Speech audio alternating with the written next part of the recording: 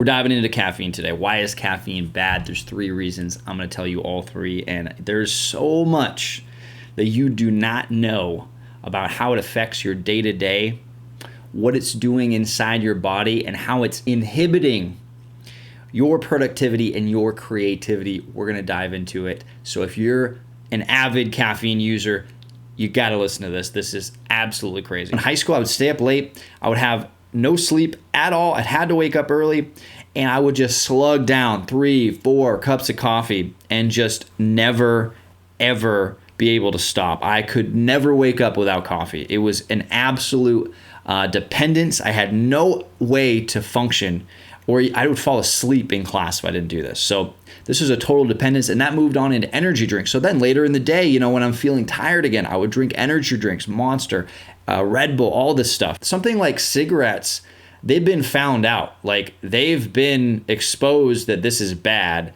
and there's all those warning labels. But when you pick up a drink and you're a kid and it just says it's got a lot of caffeine, it doesn't tell you all the bad things that it's going to do, especially the fact that you're likely to get long-term addicted to it. The number one reason that you should quit caffeine is because of sleep. Sleep is the most critical thing that you have for recovery after exhaustion. And if you don't have quality sleep, this can mess you up in so many ways down the road with your health, with your mentality, with your mental focus, with so many things. So if you want to know more about sleep, check out the book, Why We Sleep by Matthew Walker. It's really, really great. He also has a podcast on Rogan. If you don't want to read it, you want to just go watch it. There's a 12-hour half-life after you drink that cup of coffee or that energy drink.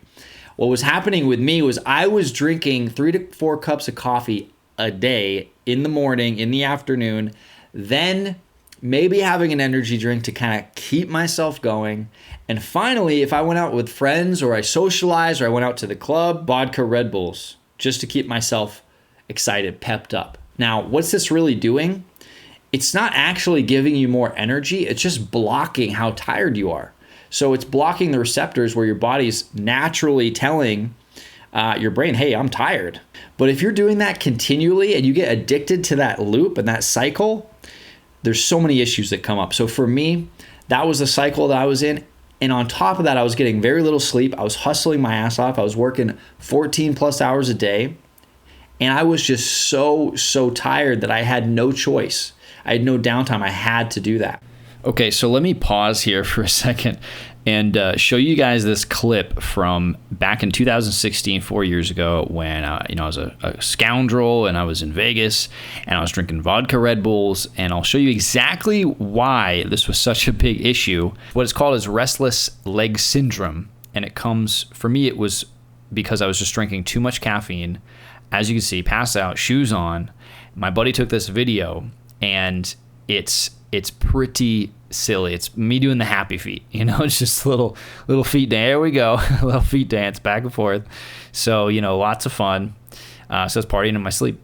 And with my shoes off, I would actually rub my big toes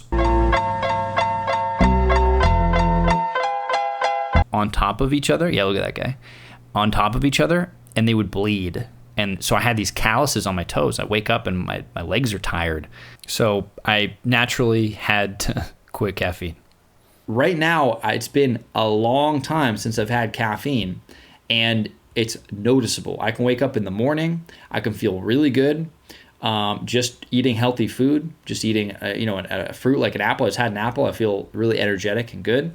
And what that means is it's not necessary for motivation. You do not have to have caffeine to keep yourself motivated. You just think you do.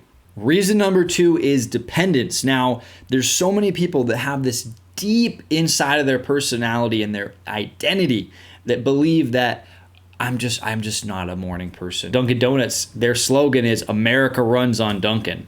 Like, you're really just saying like America runs on caffeine. Like, America could not run without caffeine, without us.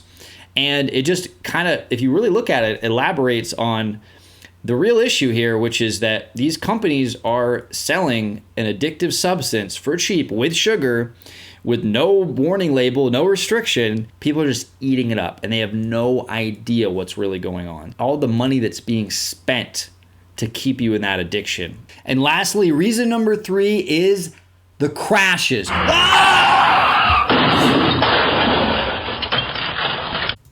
So I'm kidding about the crash part, but it sucks to go through a crash, but the reality of what's happening is your body is telling you, hey, it's time to slow down, let's cut it out. And you're just not listening, and you don't want that feedback from your body, so you're just ignoring it, and you're saying, no, I must keep going, I don't care if I'm tired, right? And you're trying to just block it out. And so you're not getting any extra motivation for this. People say, oh, if I quit caffeine, how am I going to have, any motivation to do anything? And it's like, you're going to have that naturally once you wean yourself off of this addiction, because you're not at 110% of productivity while you're on caffeine. You're just around 80%, and you're just sticking there with a lot of stuff going against you. But if you actually get good sleep, and you got a good schedule, and you got a good circadian rhythm, and you don't have any of these things that are messing up your hormones, your day-to-day, and your gut and your digestion, because the amount of things that caffeine is going to mess up in your life, it's like blood pressure may go up, it increases your chance for death if you're drinking more than 4 cups a day, right? So like your longevity is directly tied to this decision to quit caffeine. So I want to ask you guys a question. How many of you guys, multiple choice here, like how many of you guys either one are just going to still drink coffee after this video? You're like, you know what? That's not enough. I like my coffee. It's not happening. I'm going to quit. 2 are actually going to quit coffee, and 3 are like, okay, I'm gonna dial it back, but I'm still going to do it a little bit. I'm still going to do it a little bit here and there, not too much. So let me know what your thoughts are on that. I'd really like to hear your feedback. So, also like the video if you got some value from it. But look, this is something that's key to your longevity, right? And if you're not engaging in things in your longevity, well, don't be surprised when you get cancer, when you have a heart attack, when you're,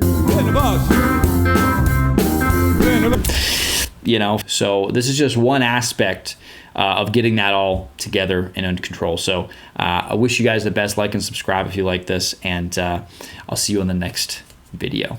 Take care.